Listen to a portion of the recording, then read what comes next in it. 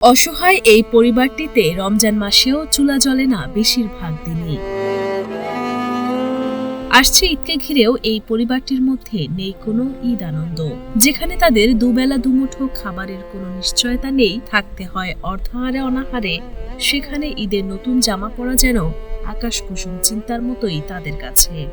নিজেরাও খাতে পারে না, মেয়েটারও খাইতে পারেনি। আর এক লাখলা তো থাকতেই পারে না অন্ধকারে। এসব বাস বাগানের মধ্যে দুরন্ত অন্ধকার, খুব অন্ধকার।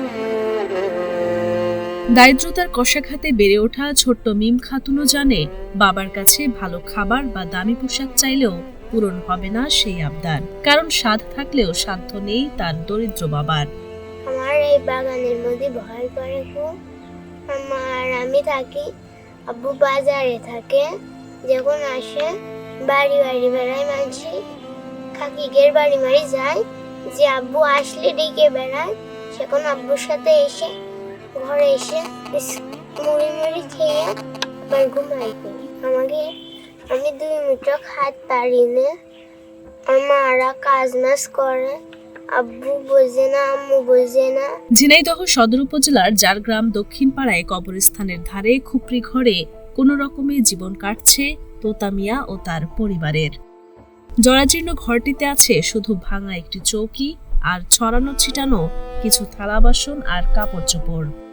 বৃষ্টি এলেই পানি পড়ে ঘরের ভেতরে, সে সময় তাদের ছুটতে হয় প্রতিবেশীদের বাড়িতে। বৃষ্টি হলে মানুষের বাড়ি বাড়ি পায়খানা, পানি টানি ঘরে পানি পড়ে না, মানুষের বাড়ি বাড়ি খেলে বেড়ায়। ঝড় হলো মানুষের বাড়ি বাড়ি। জানা যায়, অর্থের অভাবে কয়েক মাস আগে মিমের নানি বিক্রি করে দেয় মিমকে। পরে পুলিশের সহযোগিতায় মিমকে বাড়িতে ফিরিয়ে আনেন মিমের বাবা তোতা মিয়া। প্রতিবেশীরা জানান, তোতা মিয়া ও আসমা খাতুন দম্পতি মানসিকভাবে কিছুটা বোধহীন হওয়ায় কেউ কাজও দিতে চায় না তাদের। সরকার সহ সমাজের বিত্তবানরা সহযোগিতা করলে একটু ভালো থাকতে পারবে অসহায় পরিবারটি, এমনটাই প্রত্যাশা এলাকাবাসীর।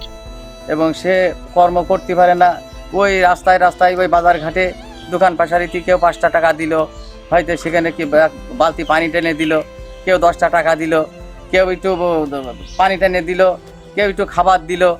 ওই একটা মেয়ে আছে, হয়তো একটু ভাজা বিস্কুট ওই দোকানে যা তৈরি করে ওইটাই আর কি ওই মেয়ের জন্য হাতে করে নিয়ে চলে আসলো। পরে ওইরা লাগে বাড়ি বাগান নিজে গোড়াতে কবর স্থানে থাকে, চারিজনে কবর। মানে বলা যায় আমাদের দক্ষিণ পাড়ার ভিতরে সবচেয়ে অবহেলিত এবং অসহায় আছে তুতা মিয়া, যে আসলে তার স্ত্রী এবং তুতা মিয়া দুইজনই আছে যে অসুস্থই বলা যায়, কারণ সে খুব একটা কাজকামও করতে পারে না, আবার তার স্ত্রীটাও খুব একটা বোঝে সোজে না। তো এতে করে আছে তাদের যে বাড়িঘর বা তাদের আনুষঙ্গিক পরিবেশগুলো মানে থাকার উপযোগী না এক কথায়।